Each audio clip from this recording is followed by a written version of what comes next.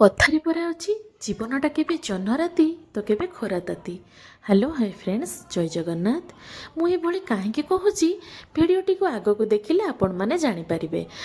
ସନ୍ଧ୍ୟାବେଳେ ମୋ ଭାଇ ସହିତ ଟିକେ ଯାଇଥିଲି ମାର୍କେଟରେ ପ୍ରଥମେ ଝିଅର ଡ୍ରେସ୍ ଏକ୍ସଚେଞ୍ଜ କାମ ସାରିଦେଲା ପରେ ଆମେ ଯାଇଥିଲୁ ଭାଇର ସୁଗର ଟେଷ୍ଟ ରିପୋର୍ଟ ଆଣିବା ପାଇଁ। ସୁଗର ଟେଷ୍ଟ ରିପୋର୍ଟ ଆଣିସାରି ମାଗୁଣି ମିକ୍ସଚର ପାଖରୁ ଟିକେ ମିକ୍ସଚର ଆଣିଥିଲୁ। ମାଗୁଣି ମିକ୍ସଚର କେତେ ଫେମସ୍ ପ୍ରାୟ ସମସ୍ତେ ଜାଣିଥିବେ। ଆଚ୍ଛା, ଆପଣମାନେ କୁହନ୍ତୁ, ଯଦି chicken pakora, roll, chow mein, dosa, burger ଖାଉଥିବା ପିଲାଟାକୁ ହଠାତ୍ ସ୍ପ୍ରାଉଟ୍ ଚାଟ୍ ଖାଇବାକୁ ପଡ଼େ, ତା ମନର ଅବସ୍ଥା କ'ଣ ହେଉଥିବ?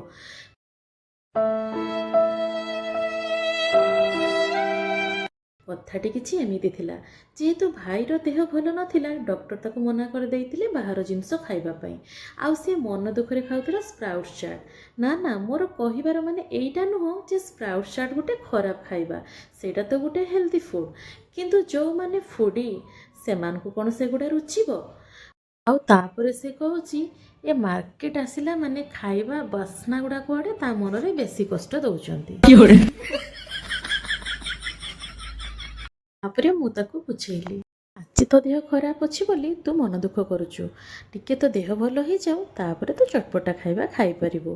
ଯାହା ହଉ ଭାଇ ଭଉଣୀ ଦି ଜଣ ବୁଝାବୁଝି ହେଇ ପଳେଇ ଆସିଥିଲୁ ଫ୍ରୁଟ୍ସ ଦୋକାନକୁ। ସେଇ ଫ୍ରୁଟ୍ସ ନେଇ ଫେରିଥିଲୁ ଘରକୁ। ଆଜିର ବ୍ଲଗ୍ଟି କିଛି ଏମିତି ଥିଲା। ପୁଣି ଦେଖା ହବ ନେକ୍ସଟ ବ୍ଲଗ୍ରେ। ରହିଲି, ଜୟ ଜଗନ୍ନାଥ।